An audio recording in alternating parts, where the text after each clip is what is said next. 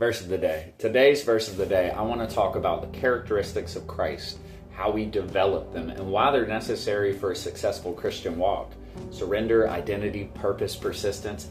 This is the call of the disciple, that first we surrender all of who we thought we were for all of who he says that we are, coming to the revelation of who he has created us to be. So, where and how exactly do we find this identity? Well, we do so in his word with the intention of knowing him in the persistent and relentless pursuit of relationship in communion with the Father. For we are his creation, made in his image. And the more clearly we see his face, the more clearly he reveals the truth of ours. It is in this pursuit that we find our purpose, the purpose and revelation, the revelation that we were predestined before the foundations of the world, chosen by him, called and made complete in him.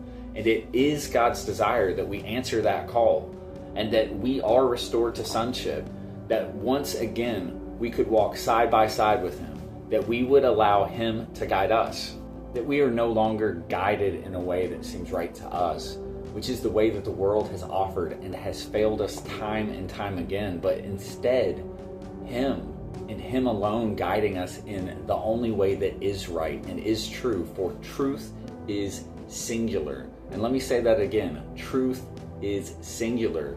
There is only one way, one truth, and one life that leads you to completion, redemption, restoration, and life everlasting.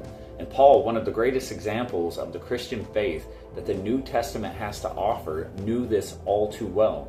We are talking about a man who was pulled from the depths and levels of lost identity and darkness that most people could never understand.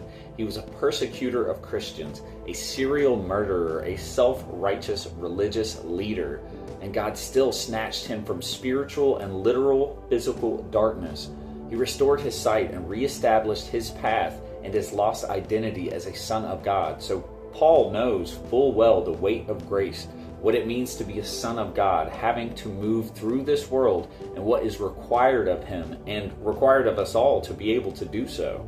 And I would say that he does a pretty good job of expressing what is required of us throughout most of the New Testament, which leads me to our verse of the day, which comes out of Colossians 1, 9 through 11, and it says, "For this reason we also, since the day we heard it, do not cease to pray for you and to ask that you may be filled with the knowledge of his will in all wisdom and spiritual understanding, that you may walk worthy of the Lord, fully pleasing him, being fruitful in every good work and increasing in the knowledge of God, strengthened with all might according to his glorious power for all patience and long-suffering with joy."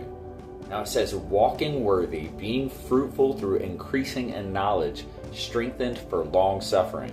These were not simply an expression of hope by Paul to and for other believers, but he says this praying without ceasing, which indicates an absolute necessity of character for the success, longevity, and protection of the faith for and of his fellow believers. So it's clear that Paul knew very well who Christ was and what it was that Christ taught, that the servant was not greater than the master, and if the master was to be persecuted, then so too would the servant be persecuted for his namesake. And Paul also knew that there was a divine beauty in that suffering. In Romans, Paul talks about how we are to glory in tribulation. I love that particular scripture because this suffering produces perseverance and patience. That the testing of patience, or the proving of patience, improves patience for the purposes of the glorification of God in and through us.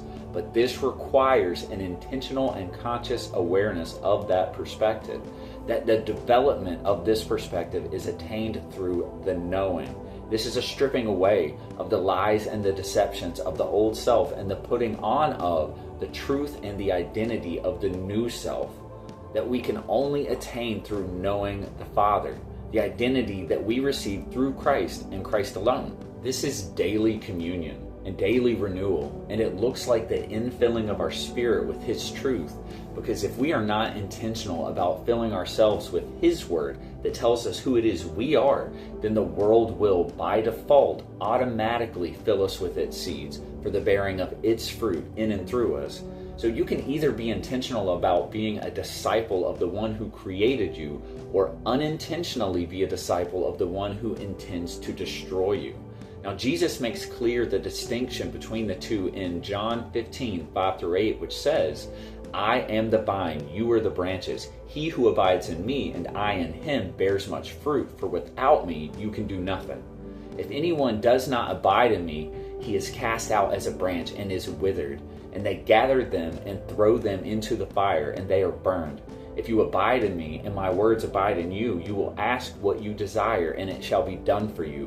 By this my Father is glorified, that you bear much fruit, so you will be my disciples. The fruit that you bear, whether it is for the glorification of God or the glorification of this world, will determine your path and your destination. It's either a path of life or it's a path of death and destruction. And you get to decide. So the question is, which will you abide in, and what fruit will you bear? Whom shall you serve? The one who comes to steal, kill, and destroy, or the one who came only to serve you and give you life and life more abundantly? So whom will you abide in? As for me, I'm going to serve the one who qualifies me and covers me, the one who has provided redemption and restoration, the one who has predestined me before the foundations of this world to be called righteous and redeemed, called and chosen, the one who makes me blameless in the sight of my Father. And I hope you choose to do the same. I hope this has been a blessing. I hope this has been an encouragement. I hope you guys have a good one.